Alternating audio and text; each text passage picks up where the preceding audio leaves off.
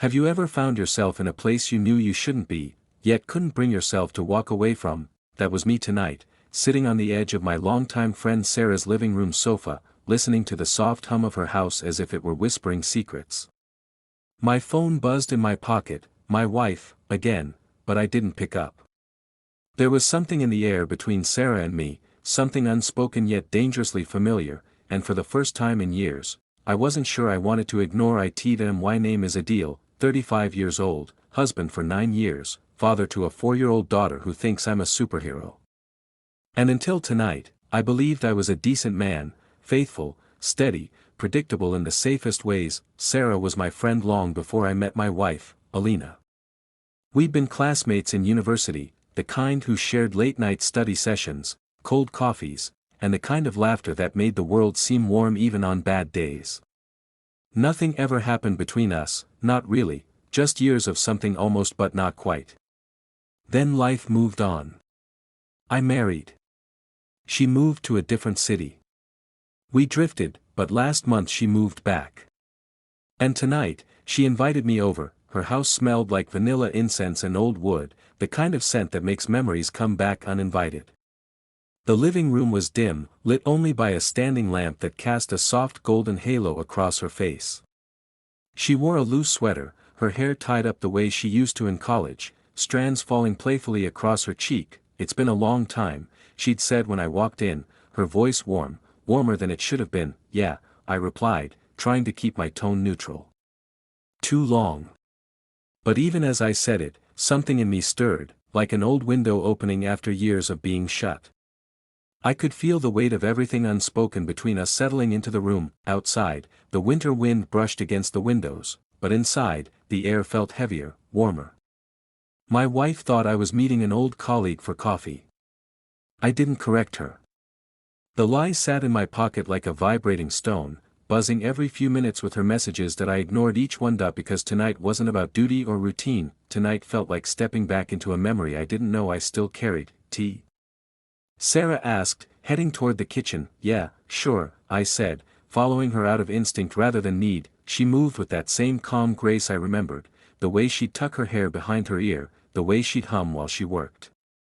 Little things that shouldn't matter to a married man. Little things that mattered anyway. "So," she said, pouring hot water into 2 mugs, "how's married life?" The question struck harder than I expected. "It's good," I said. But the hesitation in my voice betrayed me. She looked at me with those eyes that always saw too much. "But?" I sighed, leaning against the counter. "Things are just complicated lately. Work's been rough. Alina and I barely talk without arguing. I don't know. Maybe it's just a phase." Sarah handed me the mug.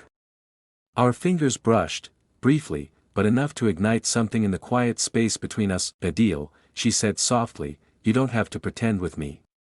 Her words unlocked something inside me. Something tired. Something hungry for understanding that I followed her back to the living room. We sat closer than before, close enough to feel the warmth radiating from her shoulder. She sipped her tea, watching me over the rim of the cup.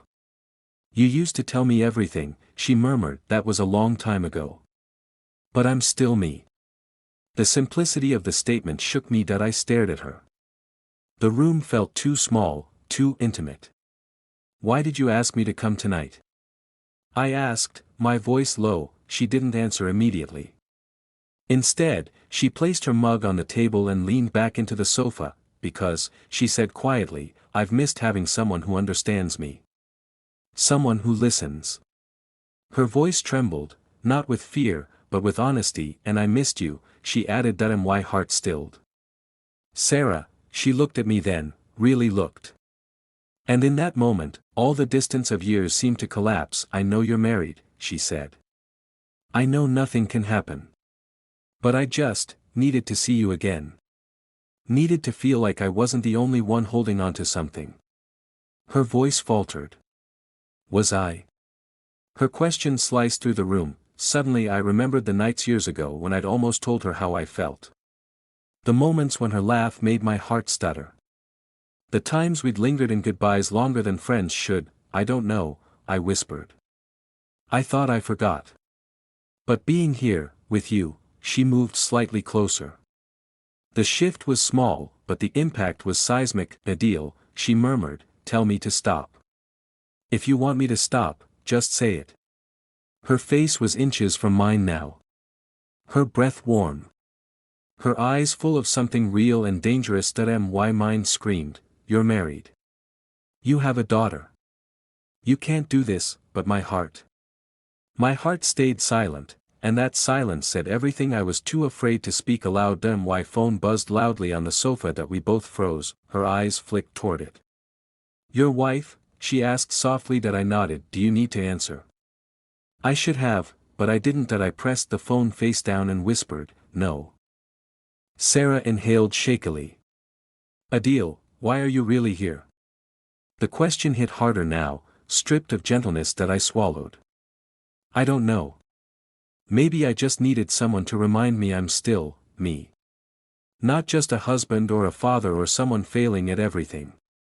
She touched my hand, slowly, softly. You're not failing. You don't know that.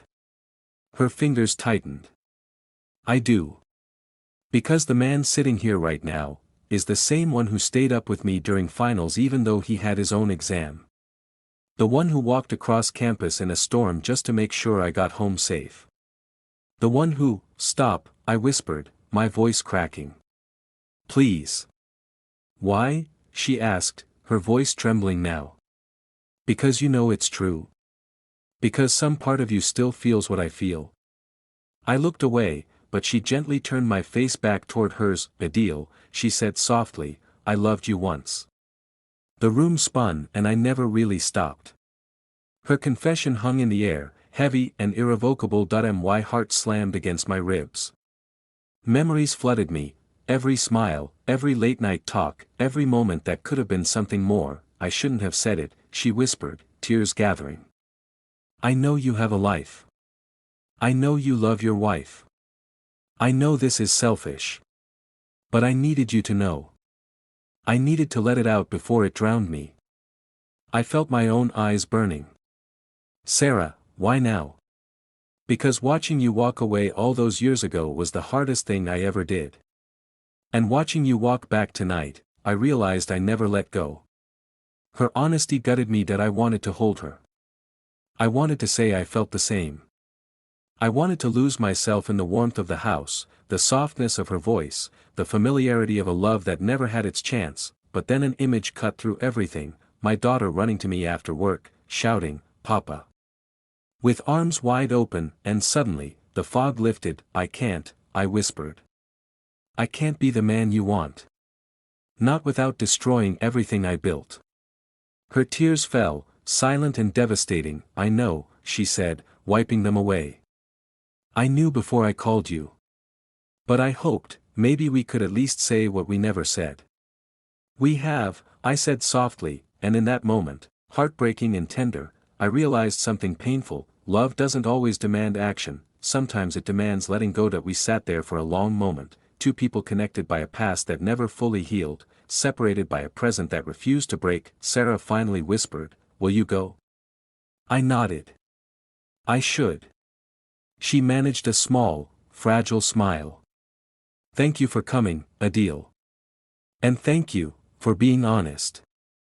I stood, feeling heavier and lighter at the same time. She walked me to the door, but we didn't hug. We couldn't. The space between us was too loaded, too sacred to risk ruining with gestures we couldn't take back. At the doorway, she said softly, take care of your family. Don't let what you feel tonight confuse you. I met her eyes. You take care of your heart. And then I left. The cold night air hit me like truth. I walked to my car, my phone buzzing again, my wife asking if I was on my way home. For the first time that night, I answered. On the drive back, I kept replaying everything, her confession, my silence, the ache of what could have been.